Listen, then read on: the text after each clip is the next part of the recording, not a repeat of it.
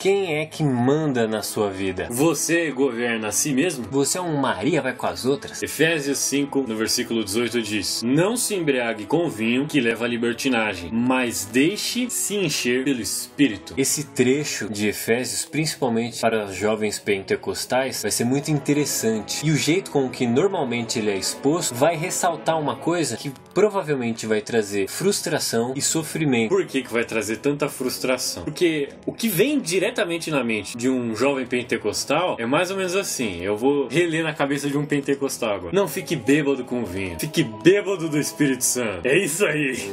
Por que esse tipo de interpretação acontece? Porque é feito um paralelo entre você ficar bêbado de vinho e você se encher do Espírito Santo, como se essas duas coisas andassem uma do lado da outra. O problema na passagem nem é o vinho. O problema da passagem é o ficar bêbado. Como dizia o meu primo, bebeis, mas não chapais. Não perca o controle. O autocontrole é o que está sendo afirmado aqui nesse texto. Ficar bêbado é o contrário de encher do Espírito Santo. Ficar bêbado é perder o controle. Se encher do Espírito Santo é estar no controle. A palavra que é usada lá no original é asotos. A gente conhece sotos de soteriologia, que é o estudo da salvação. A de não e soto significa fora de salvação, além da redenção ou sem controle. Por isso que a ideia aí tem que ser: não fiquem fora de controle por causa do vinho, mas sejam cheios do Espírito Santo. Essa palavra asotos, ou fora de controle, fora de salvação, ela é usada também na parábola do filho pródigo, como que quem perde a sua herança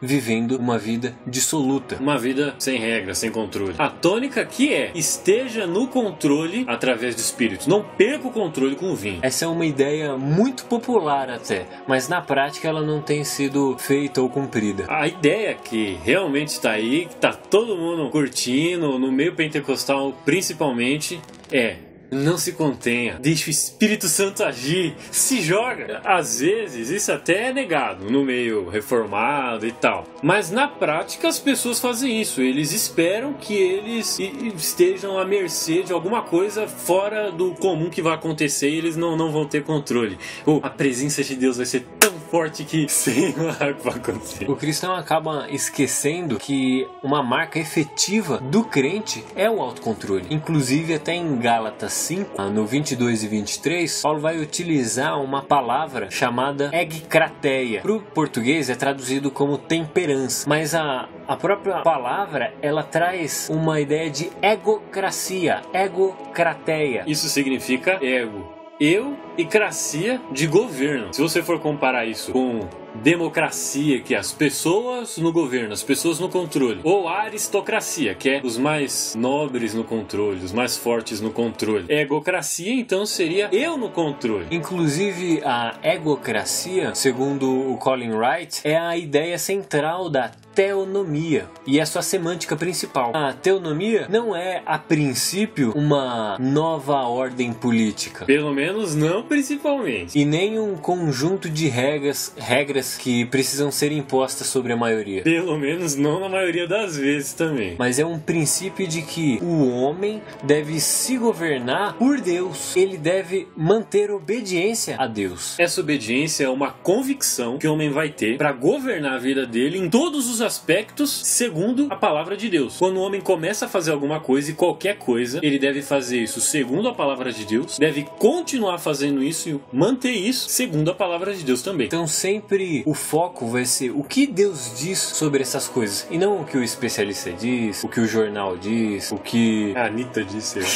o que qualquer pessoa diz. Sempre o principal vai ser o que é a ideia de Deus sobre esse assunto. Desse jeito, até quando um professor for ensinar alguma coisa para o seu aluno, ele não tem que usar uma pedagogia que algum especialista inventou. Ele tem que usar um sistema pedagógico que ele extrai dos ensinamentos de Deus, ou seja, da própria Bíblia. Assim, é cada um que governa a sua própria vida, mas a forma com que ele governa a sua vida é a forma com que a Bíblia ensina. As Escrituras devem governar a vida do homem, o pensamento do homem, as palavras de um homem, as atitudes. A nossa vida deve ser vivida perante Deus, e o dever do homem é assumir essa responsabilidade para sempre estar no controle, para fazer a palavra de Deus na sua vida e da forma que possível no meio onde ele vive. Se governar é a marca de um homem livre. Para você fazer um contraste, o homem antibíblico, que é o que a gente tem na maioria do povo, é o que prefere que os outros deleguem o que ele tem que fazer. Os outros governam ele. A responsabilidade do indivíduo, que era para ele governar a sua vida, ele delega isso pro Estado, pra igreja, pro pastor, pra TV, pra coletividade, ou seja, todo mundo, que tá todo mundo fazendo aí, é isso que eu vou fazer também. E se você consegue perceber, essa mentalidade de você delegar a outros autoridade sobre você mesmo, é a mentalidade perfeita de um escravo. Os outros me governam. Até o John Milton escreve uma coisa interessante. Se toda ação, boa ou ruim, quando o homem já é maduro, deve estar sujeita a uma prescrição compulsiva, qual louvor uma boa ação deveria de receber? Não seria apenas uma obediência continente? Merece respeito e honra aquele que governou sua vida e fez o que era correto, não aquele que foi obrigado a fazer alguma coisa. Não é se você deve ou não se submeter às autoridades, e sim se você deve ou não estar no controle da sua própria vida. Quando a gente se volta para ficar nessa forma com que o Milton disse, de ficar se sujeitando e delegando a outro a responsabilidade que era sua, você não está sendo homem, você não está no controle da sua vida. O sinal de maturidade não é idade, altura, peso. O sinal de maturidade, pra gente saber quando uma pessoa é realmente madura, é que não são os outros que delegam a ela o que ela deve fazer, como uma criança, como um adolescente, mas sim quando a pessoa sabe o que ela deve fazer e ela responde pelos seus próprios atos. Ela comanda a sua vida. Uma criança está sujeita ao que o pai comanda ela. Um adulto, alguém responsável, é responsável pelas suas próprias atitudes e ela comanda a sua vida, não como uma criança que tem outro para comandá-la. Uma vida de maturidade e uma vida crescida espiritualmente deve ser uma vida que tem como princípio regulador que o homem deve viver de toda a palavra que sai da boca de Deus. É isso aí. Até. Oh. Tchau, tchau. É isso aí. Vou ficar muito baixo. Não dá pra entrar mesmo, não. Eu achei que você tá estendendo um monte de jura, vai dar pra cortar. Nossa, assistente. Então, vamos dar um tchau de verdade. É. Falou.